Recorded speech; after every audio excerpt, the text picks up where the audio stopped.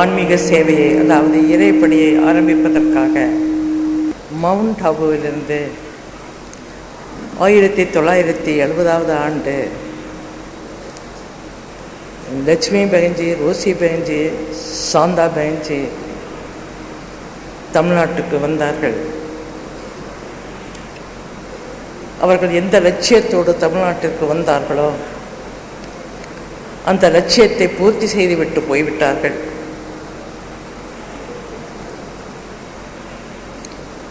ஏராளமான சேவா கேந்திரங்கள் ஆரம்பித்தார்கள். மக்கள் தங்குவதற்கான இடங்களை அமைத்தார்கள்.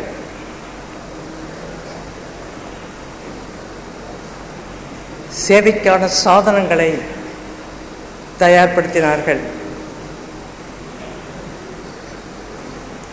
அநேக மகான் ஆத்மாக்களை உருவாக்கினார்கள். ஏராளமான ஆத்மாக்களுக்கு ஆன்மீக ஞானத்தை கொடுத்து அவர்களுடைய வாழ்க்கையை தெய்வீகமான வாழ்க்கையாக மாற்றி அமைத்தார்கள்.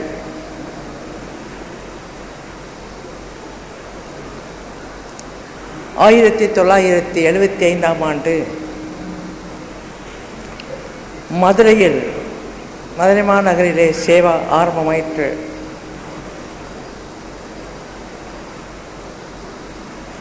சேவை முடிந்த பிறகு மதுரை சேவா கேந்திரத்திற்கு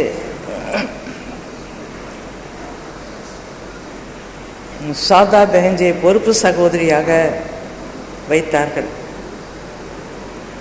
அதற்கு முன்னாடி லட்சுமி பெஹன்ஜி, ரோசி பெஹன்ஜி, அன்னபர்ணா பெஹன்ஜி, கலாவதி பெஹன்ஜி எல்லாருமே வந்து சேவை செய்தார்கள். சகோதரர்கள் சென்னை சகோதரர்கள் அனைவருமே வந்து சேவை செய்தார்கள்.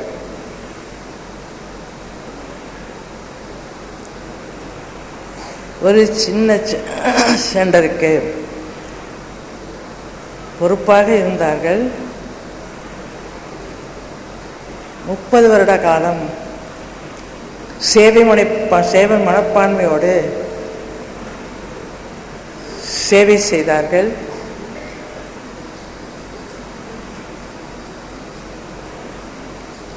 சாந்தா பெஹன்ஜியிடம் சரளமாக பழகக்கூடிய ஒரு குணமும், அனைவரிடமும் ஒரே கண்ணோட்டத்தில் பார்க்கக்கூடிய குணமும்,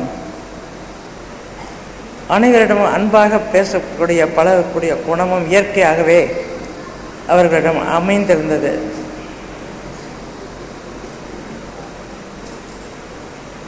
ஆயிரத்தி 1975 நானும் அவர்களோடு சேர்ந்து சேவை செய்யக்கூடிய வாய்ப்பு எனக்கு பரமாத்மா மூலமாக கிடைத்தது. நானும் அவர்களோடு சேர்ந்து சேவா பண்ணினேன். 30 வருட காலங்களிலே 40 சேவா கேந்திரங்கள் ஆரம்பித்திருக்கிறோம். மேலும் 150 கிளை நிலையங்களில் ஆன்மீக வகுப்புகள் நடந்து வருகின்றன. 120 சமர்ப்பண சகோதர சகோதரிகளை அர்ப்பணம் செய்ய வைத்தார்கள். அவர்களுடைய அன்பான குணத்தை பார்த்துதான்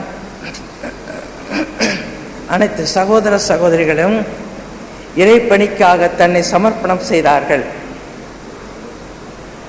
அதோடு மட்டுமல்ல, தான் விஸ்தார சேவையிலே ஈடுபடும் போது சமர்ப்பண சகோதர சகோதரிகளையும் விஸ்தார சேவைக்காக அர்ப்பணம் செய்து வைத்தார்கள்.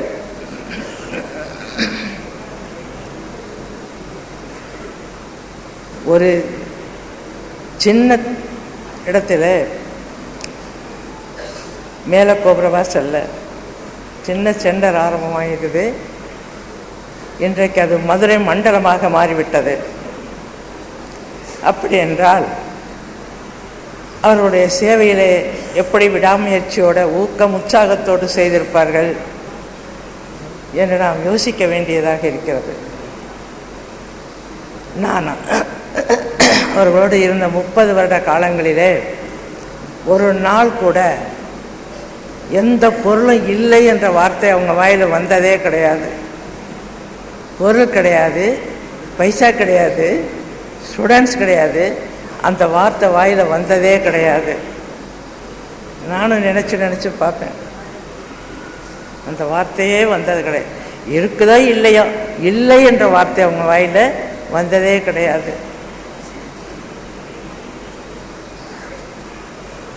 எல்லாரோடும் ஒன்றாகவே சாப்பிடுவாங்க. நாங்கள் எல்லாருமே ஒரே காலில் உட்காந்து தான் சாப்பிடுவோம், ஒரே காலில் தான் படுத்திருப்போம். எல்லோரும் ஒரே இடத்துக்கு ஒரே மாதிரி சேவைக்கு போவோம்.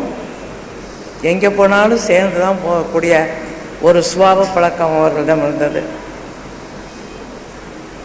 எங்கேயுமே தனியாக போக மாட்டாங்க, எல்லாரோடும் சேர்ந்து போகணும். அந்த மாதிரி குணம் அவங்களுக்கு இயற்கையாகவே அமைந்திருந்தது.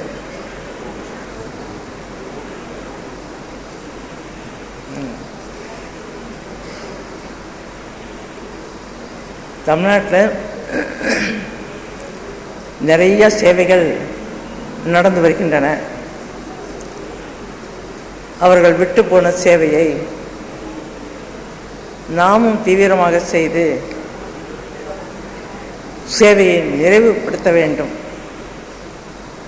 எவ்வளவு ஊக்கம் உற்சாகத்தோடு ரோசி பெஞ்சி, லட்சுமி பெஞ்சி, சாந்தா பெஞ்சி செய்தார்களோ அதே போல நாமும் செய்தால்தான் தமிழ்நாட்டிலே பிரம்மாகுமாரிகள் பிரத்யட்சமாக முடியும், பாபாவை பிரத்யட்சப்படுத்த முடியும்.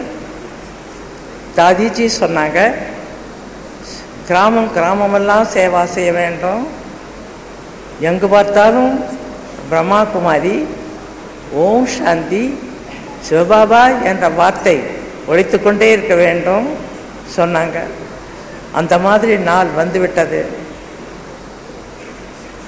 எத்தனை ஆத்மாக்களுக்கு ஞானம் கொடுத்து, எத்தனை ஆத்மாக்களை துக்கம் துயரத்திலிருந்து விடுபடச் செய்து, தன்னை தெரிந்து இறைவனை தெரிந்து இறை அன்பினை பெற்று இறை சக்தியை பெற்று அவர்களுடைய வாழ்க்கையை ஒரு பிரகாசமான வாழ்க்கையாக அமைத்தார்கள். அவர்கள் சரீரம் விட்டு மறைந்து இன்றோடு 1 வருடம் பூர்த்தியாகிவிட்டது.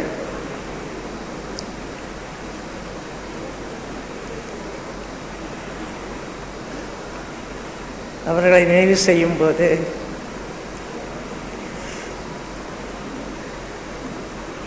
இந்த மாதிரி இனிமையான குணம் படைத்தவராக நம் முன்னாடி வாழ்ந்து காட்டினார்கள். எவ்வளவோ ஞானம் இருக்குது புத்தியில், ஆத்ம ஞானம் புத்தியில் நிறைஞ்சிருந்தாலும் கூட அடிக்கடி அவருடைய நினைவு வந்து கொண்டே இருக்கிறது.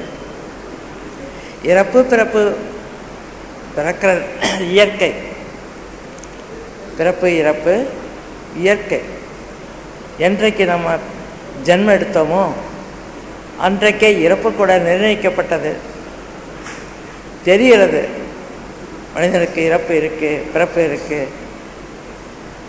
ஆத்மா அழிவற்ற ஆத்மா, சரீரம் அழியக்கூடியது என்ற ஞானம் இருக்குது. இருந்தாலும் கூட அவங்க மறக்க முடியலை. ஓம் சாந்தி.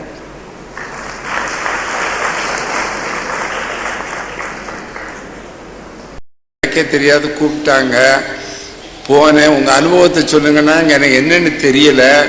சொன்னாங்க இது மாதிரி உங்கள் கார் அனுபவம் அப்படின்னாங்க. அப்போ நான் என்னன்னு சொல்லி சொன்னேன். நான் அதாவது காரில் வந்துக்கிட்டு இருக்கிற போது ஒரு வீல் கலண்டு ஓடுற போது அந்த ஒரு குறிப்பிட்ட அளவு இடத்துக்கு மட்டும் செம்மண் போட்டிருக்காரு பாபா.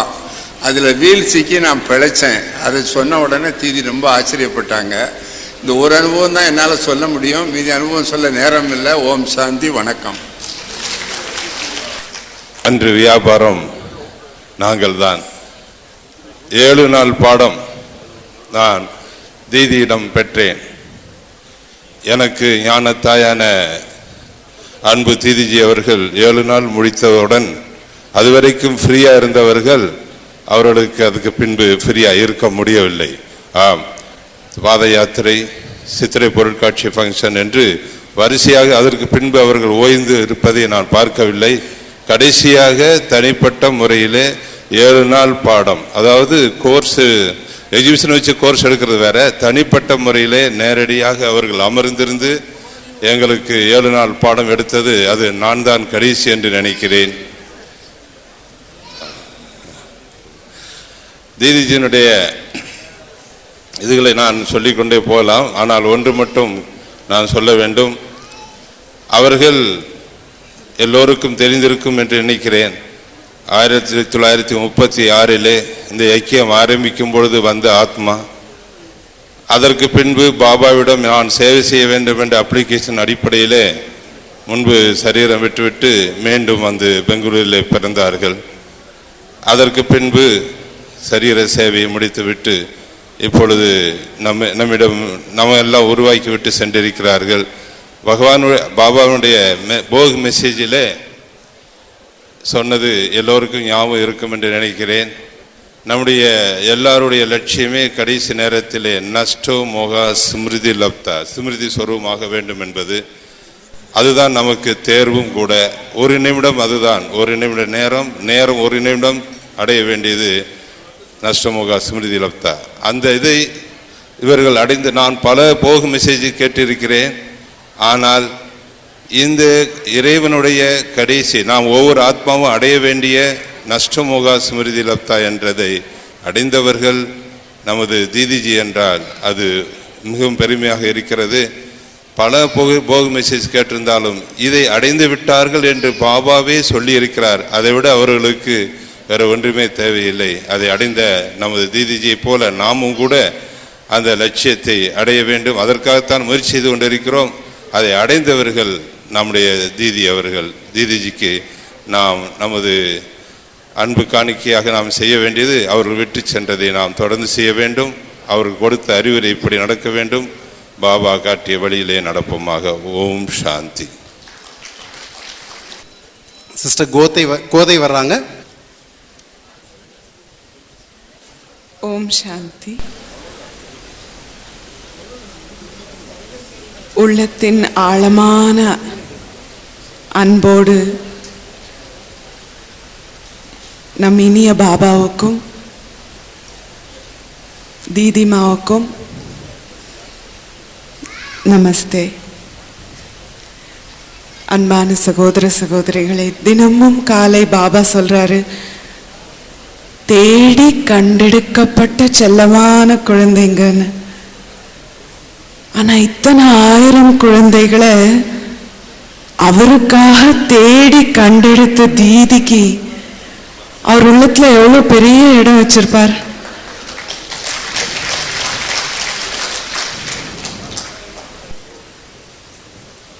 அந்த தீதிக்கு நாம அஞ்சலி செய்யணும்னா நாமளே மலராகி பாபாவுக்கு அர்ப்பணமாவது தான் தீதிக்கு நாம செய்யக்கூடிய அஞ்சலி.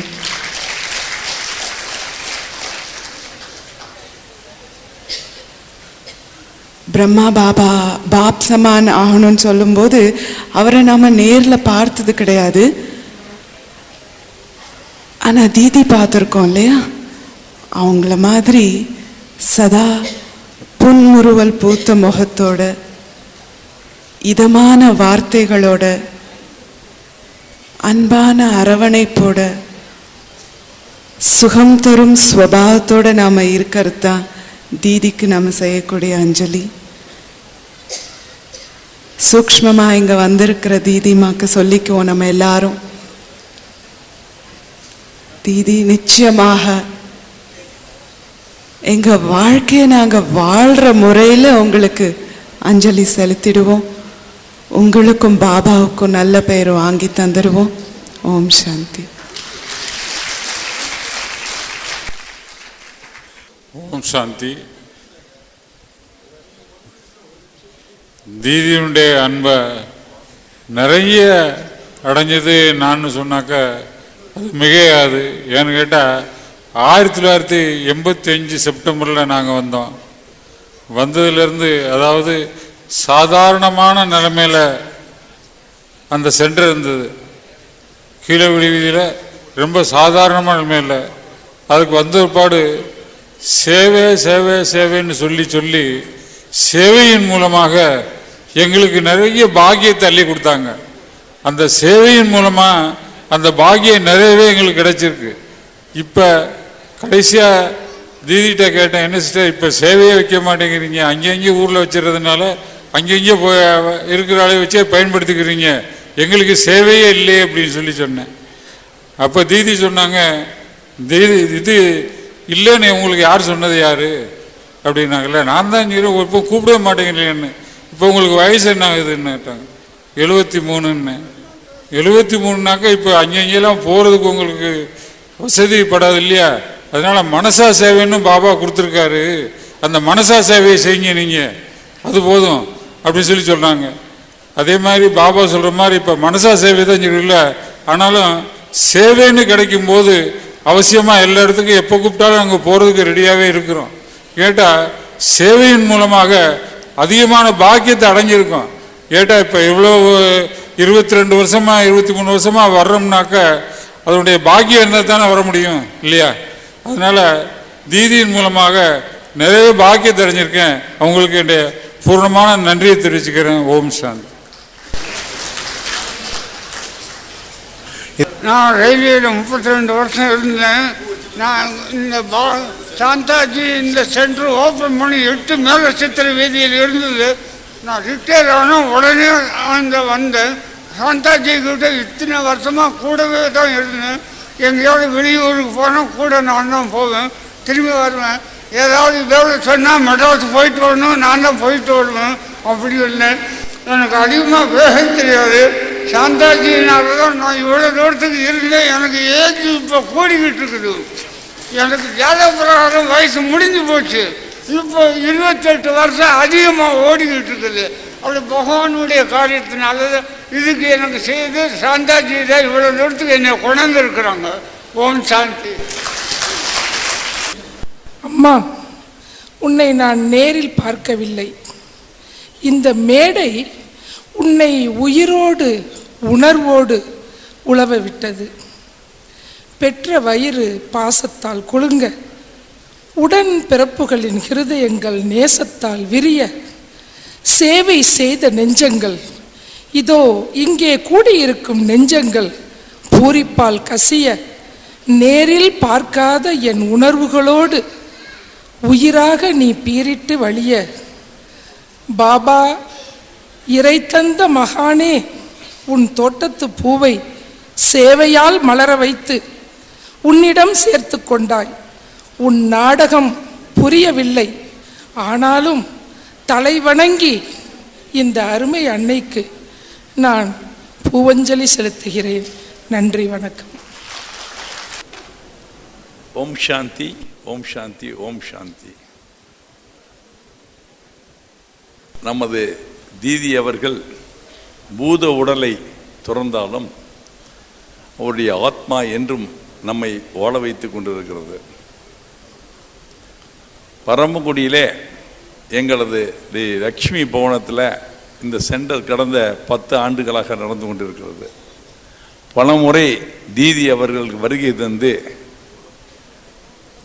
உங்கள் ஊரில் உள்ள அனைத்து ஆன்மீக நண்பர்களுக்கும் இந்த சிறப்பான பயிற்சியை கொடுப்பதற்கு உதவி செய்த உங்களுக்கு நான் நன்றியை தெரிவித்துக் கொள்கிறேன் என்று அவங்க பாராட்டப்படக்கூடிய ஒரு பாக்கியத்தை நான் அடைந்தேன்.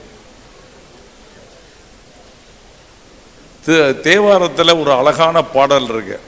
பத்தராய் பணிவார்கள் எல்லாருக்கும் அடியேன், பரமனை பாடுவார் அடியார்க்கும் அடியேன், சித்தத்தை சிவன்பாலே வைத்தார்க்கும் அடியேன், திருவாரூர் பிறந்தார்கள் எல்லாருக்கும் அடியேன், முப்போதும் திருமேனி தீண்டுவார்க்கடியேன், முழு நீரு பூசிய முனிவர்க்கும் அடியேன், அப்பாலும் அடிசார்ந்த அடியார்க்கடியேன், ஆரூர் ஆறுன்னு அம்மாளுக்கடை. இந்த மாதிரி அவங்களுடைய பாதங்களெல்லாம் நாம் வணங்கி அவளுடைய அருட்கடாட்சத்தை நாம் பெற வேண்டும் என சுந்தரமூர்த்தி நாயன்மார் அவர்கள் கூறியிருக்கிறார்கள். அதுபோல இங்கு வருகை தந்துள்ள அனைவருக்கும் ஒரு அருமையான ஒரு வாழ்த்து.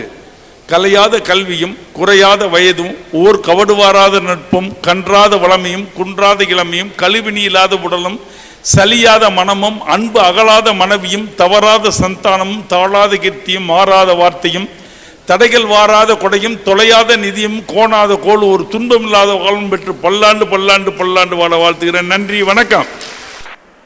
ஓம் சாந்தி. தீதிஜியை பற்றி நிறைய பேர் பேசினாங்க. இங்கே வந்தவங்க மட்டும் இல்லை, வந்து பேசினவங்க மட்டும் கிடையாது. சரண்டர் பிரதர் சிஸ்டர்ஸ் மட்டும் இல்லை, அவங்களோட நெருங்கி பழகினவங்க மட்டும் இல்லை, அவங்கள பார்த்தவங்க, அவங்கள பற்றி கேள்விப்பட்டவங்க, அவங்களுடைய புகைப்படத்தை பார்த்தவங்க எல்லாம் கூட எல்லாருக்குமே தீதியை பிடிச்சிருக்கு. அதனுடைய எதிரொலியாகத்தான் நாம் இப்போ இவ்வளவு பேர் இங்கே கூடியிருக்கிறோம். இன்னைக்கு வர முடியாதவங்க கூட அவங்க மனதின் மூலமாக தீதியை நினைச்சிட்டு இருக்கிறாங்க. இப்படி இவ்வளவு பேருக்கும் தீதி ரொம்ப பிடிச்சவங்களாக ஆகிறதுக்கு என்ன காரணமா இருக்கும்? எல்லாரும் யோசிச்சு பார்த்துருப்பீங்க. நானும் கூட யோசிச்சு பார்த்தேன், எப்படி இவங்க அவ்வளவு பேருக்கும் பிடித்தமானவர்களாக எல்லோரும் விரும்பத்தக்கவங்களாக இந்த தீதி விளங்கினாங்க அப்படிங்கிறத யோசிச்சு பார்த்தா, ஒரு சமயம் ஒரு காட்டுல ஒரு முயலுக்கும் ஆமைக்கும் ஓட்டப்பந்தயம் நடந்ததாக கேள்விப்பட்டிருக்கிறோம். ஒரு கதை சொல்லியிருக்கிறாங்க. அந்த ஓட்டப்பந்தயத்தில் ஆமை ஜெயிச்சிட்டதாகவும் முயல் தூங்கி தோத்து போயிட்டதாகவும் ஒரு கதை படிச்சிருக்கிறோம். ஆனா ஒரு காட்டுல ஒரு ஆமை ஜெயிக்கலாம். ஆனா இந்த கதைக்கும் நம்ம எல்லாருக்கும் விரும்பத்தக்கவங்களா மாறுறதுக்கு என்ன சம்பந்தம்னு யோசிச்சு பார்த்தா, இந்த கதையவே வேற ஒரு மாதிரியாக பார்க்க தோணுது. தீதியினுடைய வாழ்க்கையை யோசிச்சு பார்க்கும்போது நம்ம எல்லாருக்குள்ளேயும் ரெண்டு விதமான குணங்கள் இருக்கு. ஆமை குணங்கள், முயல் குணங்கள்.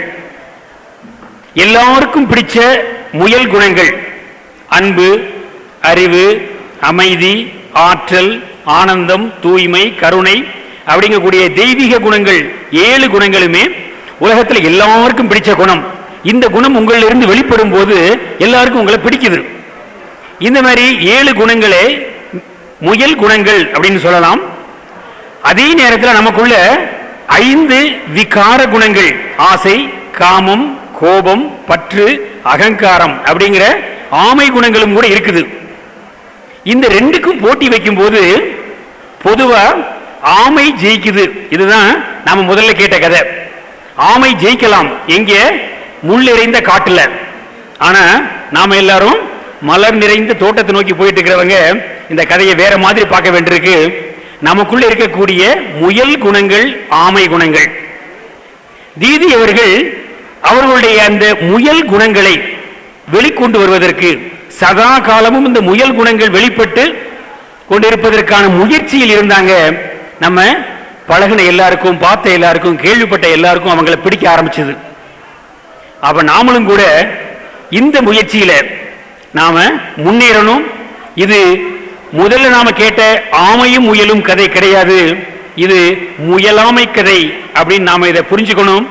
நமக்குள்ள இருக்கக்கூடிய அந்த தெய்வீக குணங்களை வெளிக்கொண்டு வருவதற்கான முயற்சியில் இறங்கணும்.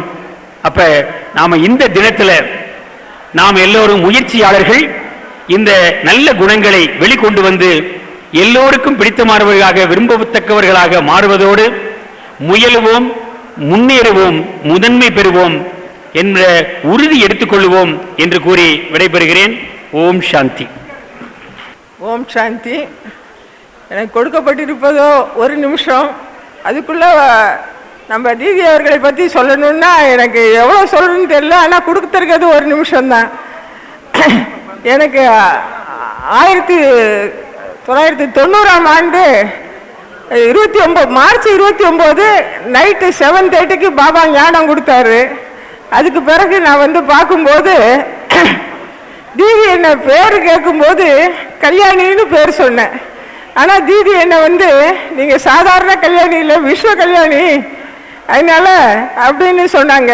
விஸ்வ கல்யாணியாக இருக்கணும், எப்போதும் இருக்கணும், உங்களுக்கு நல்ல பாவனை இருக்கு அப்படின்னே என்னை மோட்டிவேட் பண்ணியே அவங்க வந்து என்னை இது பண்ணாங்க.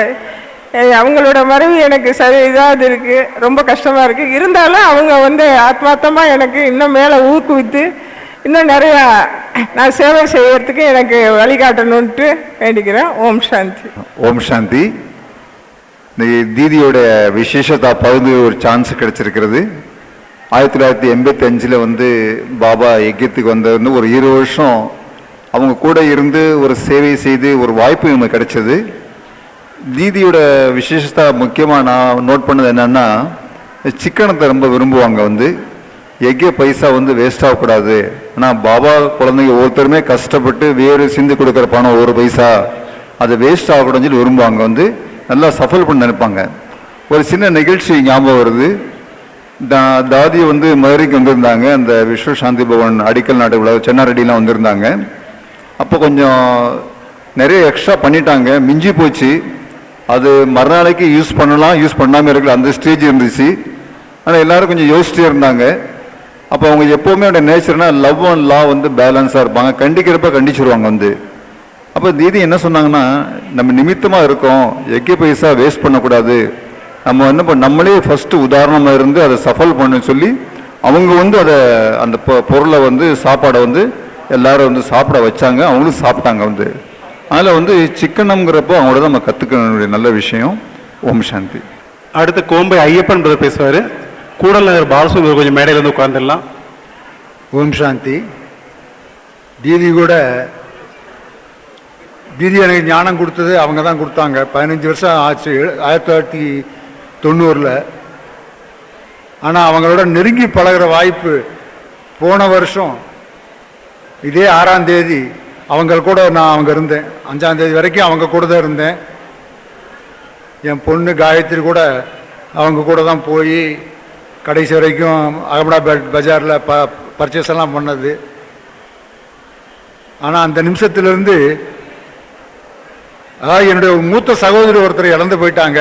லௌகீக் சகோதரி ஒருத்தர் இழந்துட்டேன் அப்படின்னு சொல்லிட்டு தான் நினைக்கிறேன். தவிர இப்போ பாபா குழந்தை பாபா அலௌகிக்கம் ஆயிட்டாங்க. இந்த மாதாஜி சிஸ்டர் தீதி போயிட்டாங்க அப்படின்னு சொல்லிட்டு இன்னும் மனசில் வரல.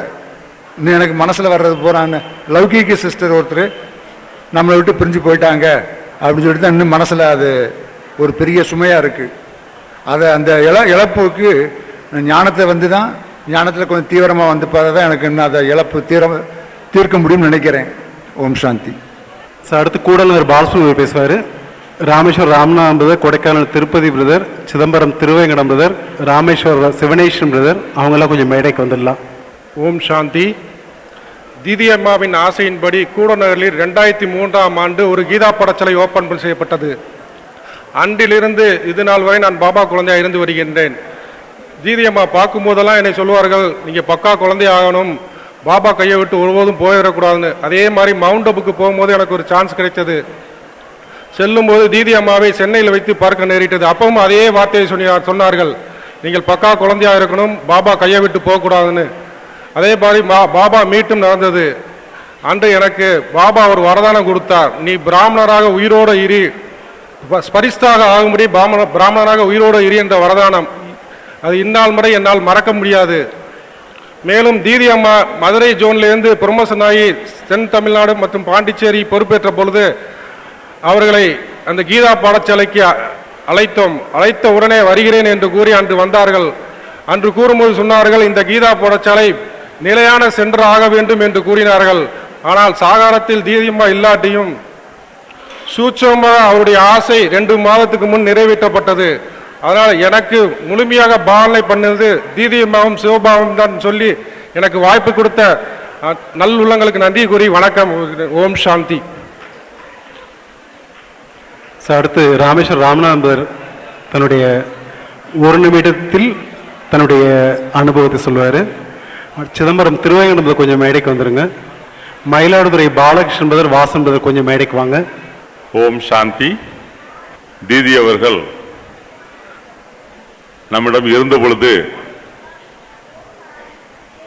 ஞானம், யோகம், சேவை, தாரணை என்றால் என்ன என்பதை பற்றி முழுமையாக கற்றுக் கொடுத்தார்கள். அதை நாம் நம்முடைய வாழ்க்கையில் முழுமையாக வெற்றியுடன் செயல்படுத்தி தீதியின் ஆசையை பூர்த்தி செய்து பாபாவுடைய வாரிசு குழந்தையாக ஆவோம் என்ற உறுதியை இன்று ஏற்றுக்கொண்டு என்னுடைய உரையை முடித்துக் கொள்கிறேன். ஓம் சாந்தி. ராமேஸ்வரம் சிவனேஸ்வரன் பிரதர், ஒரு வகையில் சொல்லப்போனால் தேவிஜிக்கு ரொம்ப ரொம்ப நெருக்கமானவ சொல்லலாம். ஏன்னா எந்த ஊரில் இருந்தாலும் தேவிஜிக்கிட்ட ரொம்ப நல்ல தொடர்பு வச்சுட்டு இருந்தார். இப்போது தேவிஜியுடைய விருப்பத்தின் பேரில் ராமேஸ்வரத்தில் சேவையை விருத்தி பண்ணுறதுக்காக ராமேஸ்வர சேவைக்காக அங்கே வந்து சேவை பண்ணிட்டு இருக்கிறார் சிவனேஸ்வரன் பிரதர். ஓம் சாந்தி.